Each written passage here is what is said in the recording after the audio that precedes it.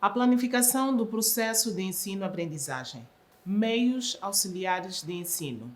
Para que a aprendizagem ocorra, é necessário recorrer a vários materiais devidamente selecionados de acordo com os objetivos, o conteúdo, a idade dos alunos e as condições em que eles vivem. Aliás, os materiais a serem usados não devem constituir novidade para os alunos. Os recursos didáticos, também denominados material didático, são elementos que auxiliam na execução do processo de aprendizagem. São muitíssimo importantes porque aproximam o aluno à realidade, facilitam a percepção e compreensão dos conteúdos e tornam o ensino mais ativo e concreto. O ensino sem os meios auxiliares pode ser cego e insignificante, principalmente para os alunos das classes iniciais. Assim, encoraja-se aos professores a apostarem no seu uso.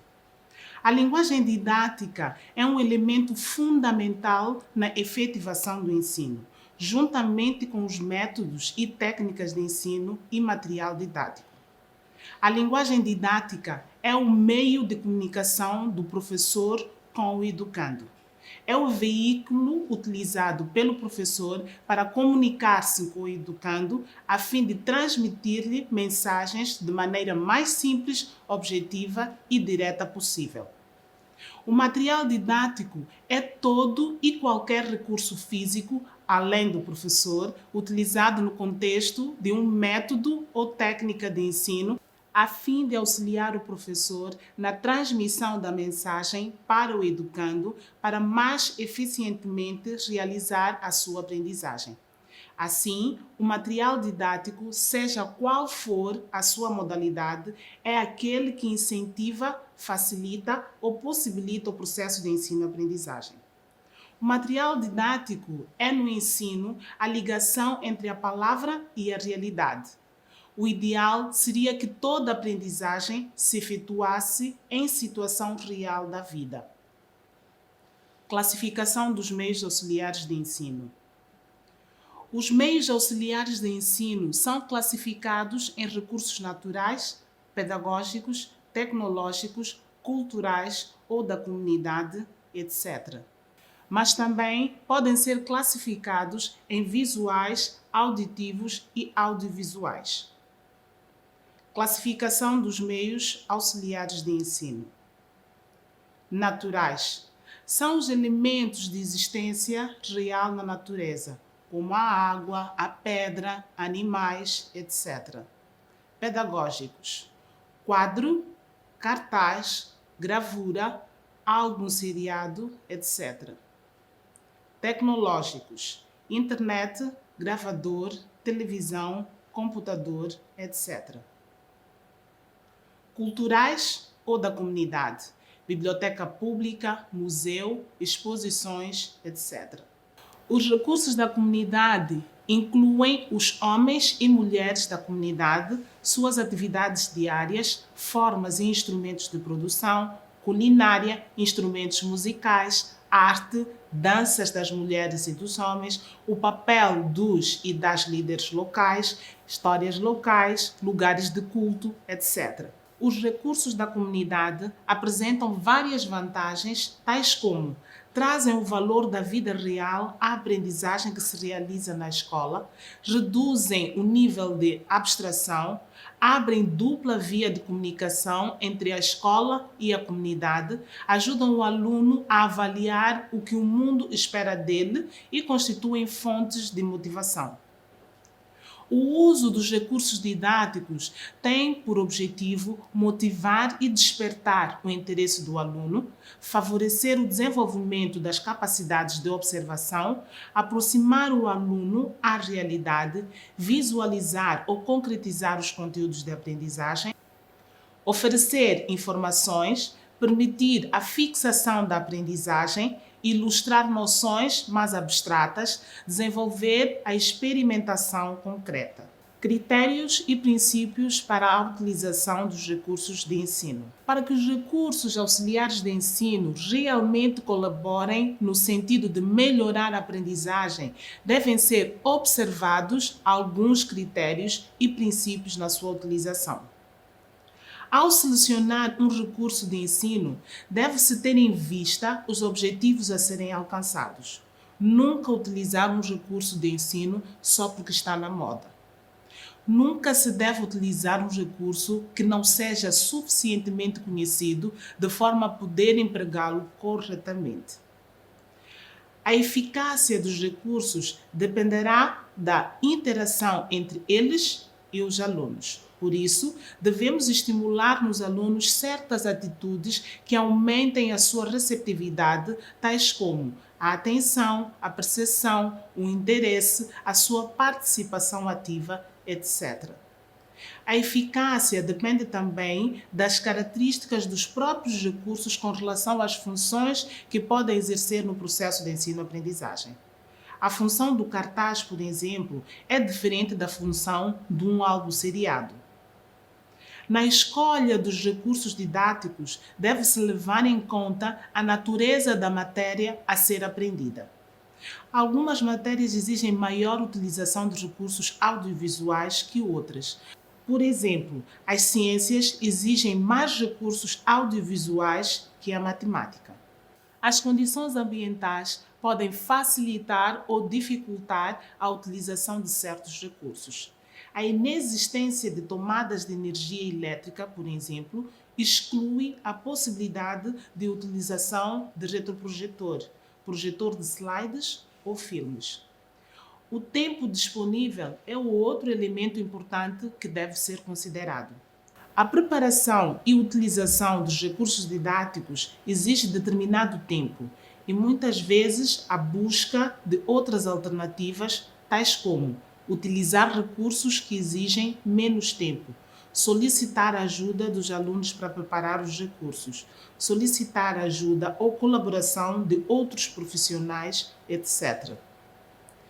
Não levar os meios de ensino em mão, porque isso pode distrair os alunos. Não expor os meios que não estão a ser utilizados, porque despertam a curiosidade nos alunos. Deve-se colocar à vista dos alunos os meios que estiverem para ser utilizados. Verificar se os meios a serem utilizados estão todos arrumados na pasta para evitar sair da sala à procura de meios auxiliares ou, na pior das hipóteses, mandar os alunos procurarem durante a aula. Para o uso de aparelhos, é importante experimentar sempre antes de estar na aula para evitar esforços em vão. Ao elaborar os meios auxiliares de ensino, deve-se ter em conta a sua grandeza suficiente para melhorar a observação por parte dos alunos. Utilizar em fundo a cor clara de forma a dar-lhe mais brilho e serem atraentes. Evitar letras ou números com efeitos que podem dificultar a leitura do texto. Utilizar cores fortes, vermelho, azul, verde e preto. Como as salas, por exemplo, pode produzir globos, mas isso depende do contexto em que a escola está inserida. Com caniço, pode-se fazer unidades de medição, etc. Descrição de alguns meios de ensino-aprendizagem. Quadro de giz ou lousa. O quadro de giz ou lousa, como material básico de ensino, é um meio visual bem conhecido que, bem utilizado, torna o trabalho de ensino-aprendizagem eficiente. Caracteriza-se por ser uma peça quadrada ou retangular que pode ser feita de madeira prensada ou plástico ou ainda outro material que ofereça condições favoráveis para ser usado como quadro. É usado para efetuar quaisquer registros durante a aula. Geralmente, encontra-se fixado na parede frontal da sala de aula, a uma altura que o professor e o aluno possam alcançar sem dificuldades pela vista, assim como pelas mãos. Tem a função de fixar os resultados mais importantes do processo de ensino, por exemplo, conclusões encontradas no debate, visualizar as ideias através de desenhos, assegurar a correção da linguagem, mostrar de forma lógica a matéria a explicar, transcrever e resolver exercícios, apresentar esquemas e resumos, registrar dados, apresentar graficamente os tópicos complexos e abstratos. Vantagens do uso do quadro de giz ou lousa. É facilmente encontrado, pode ser utilizado facilmente, não exige habilidades especiais e nem equipamentos dispendiosos. Facilita correções e alterações nos assuntos apresentados. Torna possível a participação efetiva da turma. Os alunos podem escrever na lousa e é um recurso econômico. Para usar-se o quadro, é preciso antes limpá-lo totalmente, começar a escrever na parte de cima da lousa, usar o apagador no sentido vertical, de cima para baixo. Não dar totalmente as costas aos alunos enquanto escreve. Escrever um pouco de lado e falar ao mesmo tempo que escreve para manter a atenção dos alunos. Escrever de forma legível, usar giz de cor para dar ênfase a uma palavra ou a parte de um desenho. As cores mais adequadas são o vermelho, o amarelo, o azul e o verde. Usar giz de cor para mostrar relações ou distinguir a parte de um todo. Gravuras. As gravuras servem para motivar estudos, desenvolver a observação e complementar, enriquecer as explicações. São vantajosas por serem pouco dispendiosas, pois os jornais e as revistas estão cada vez mais ricos em gravuras. Os próprios alunos podem colaborar na obtenção desse material. Despertam a atenção do aluno e mantêm o seu interesse por mais tempo. Possibilitam um contato visual do aluno com outras realidades. Durante o seu uso, as gravuras devem ser apresentadas de forma visível para toda a turma. Selecionar gravuras adequadas ao assunto, relacionar as gravuras aos principais conceitos e ideias em foco, cuidar da qualidade e da quantidade de gravuras usadas para cada assunto. Cartazes. Os cartazes não são mais do que uma cartolina ou folha de papel contendo uma ou mais ilustrações e uma mensagem. Podem ser de diversos tamanhos e formatos. A sua função é de comunicar sugestões, recomendações e informações, despertar o interesse por determinado assunto, dar destaque a recomendações, acontecimentos importantes, datas cívicas, etc. O uso dos cartazes é vantajoso, pois desperta a atenção do aluno. São facilmente confeccionados, são de baixo custo, podem ser produzidos pelos alunos, servindo assim como fator de desenvolvimento da criatividade e estimulam o trabalho de equipa. Os cartazes são elaborados da seguinte maneira: preparar um esboço previamente, utilizar fundo de cor clara, evitar letras ou números floreados, pois dificultam a leitura do texto, fazer letras uniformes e do mesmo tamanho, não repartir as palavras, utilizar cores fortes, preto, vermelho, azul e verde. Utilizar o vermelho quando se deseja destacar uma palavra. Não escrever de modo geral uma palavra usando mais de uma cor. Utilizar o menor número de palavras possível, pois isso facilita a leitura. Distribuir bem as letras e os espaços e não usar um cartaz que esteja sujo, amassado ou rasgado. Livros. O livro é constituído por folhas impressas e reunidas num volume encadernado ou brochado. É conveniente que o professor, no princípio do ano, na sua planificação, escolha cuidadosamente o livro a ser utilizado na turma como auxiliar de estudos dos seus alunos.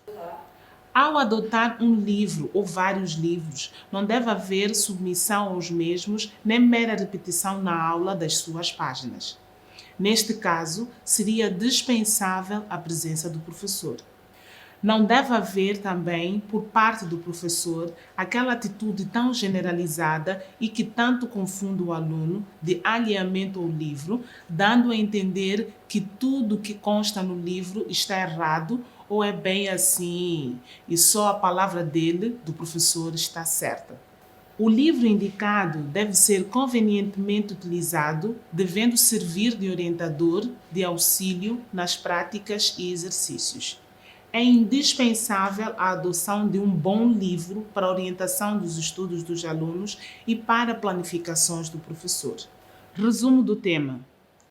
Num ensino orientado pela assimilação e construção de conhecimentos pelo aluno, os meios auxiliares são indispensáveis, pois permitem aos alunos explorar, testar e verificar ou modificar as suas ideias. O uso de materiais auxiliares de ensino é particularmente importante nos primeiros anos do ensino primário, quando, segundo Piaget, os alunos encontram-se numa fase de operações concretas em que o pensamento é ligado a situações e objetos concretos e pode ser caracterizado por ação internalizada. O uso dos meios auxiliares oferece várias possibilidades e estímulos para o aluno recolher informações para posterior análise. É também uma forma de motivar e chamar a atenção do aluno. A elaboração ou escolha dos meios auxiliares deve respeitar a idade, o estágio, as finalidades e o contexto sociocultural do aluno. Difícil é o ficar lá.